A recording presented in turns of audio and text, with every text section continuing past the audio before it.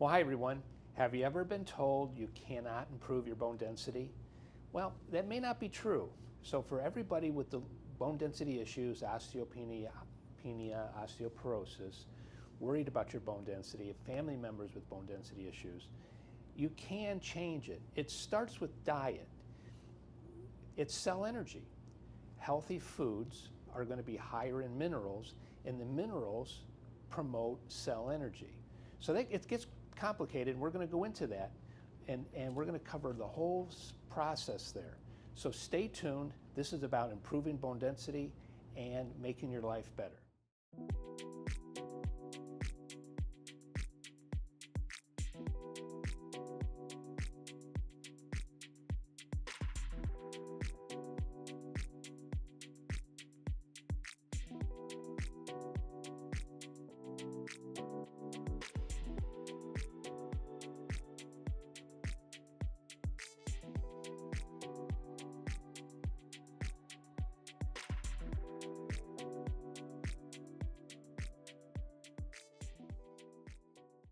So walking is weight-bearing exercise. You'll even see people with a weight belt on. What they're trying to do is increase their abdominal weight so it goes into the spine. Now there's protein fibers in the spine, and they signal this weight, and it retains the calcium and the other minerals on those protein fibers. The bone doesn't want to change shape. It wants to keep its rigidity, so it's going to keep its minerals. And that's how the weight-bearing exercise works. So there's 5 vitamins that help make that protein structure and also to keep minerals in the bone like vitamin D and vitamin K. But there's 5 vitamins, bioflavonoids keep that protein structure, and there's 15 minerals that are involved with bone density.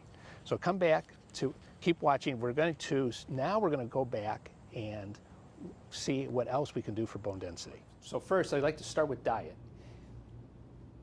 Cells are very, very sensitive to hydrogen.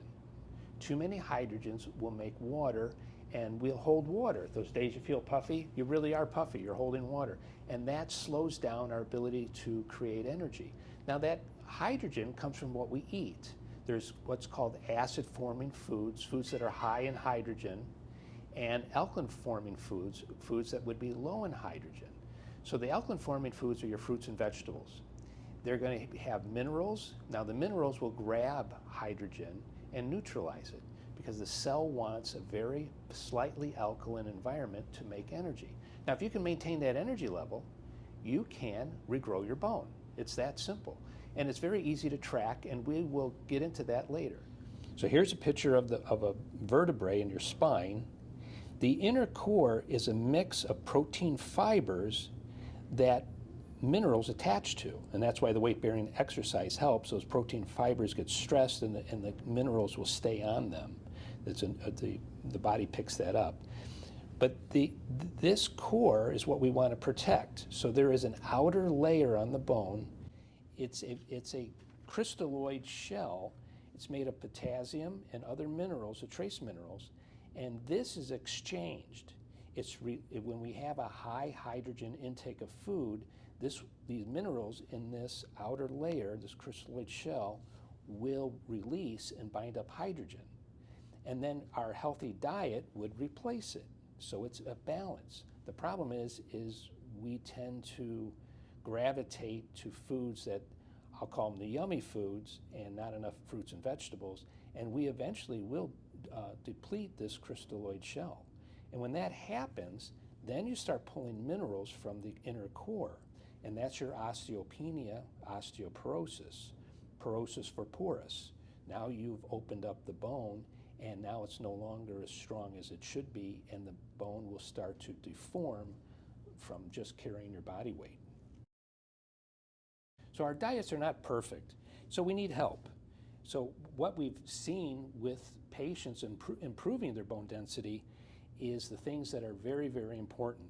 The primary things that are important, there's 5 vitamins, there's bioflavonoids to help make the protein matrix that we were looking at, and there's 15 minerals that are needed for bones.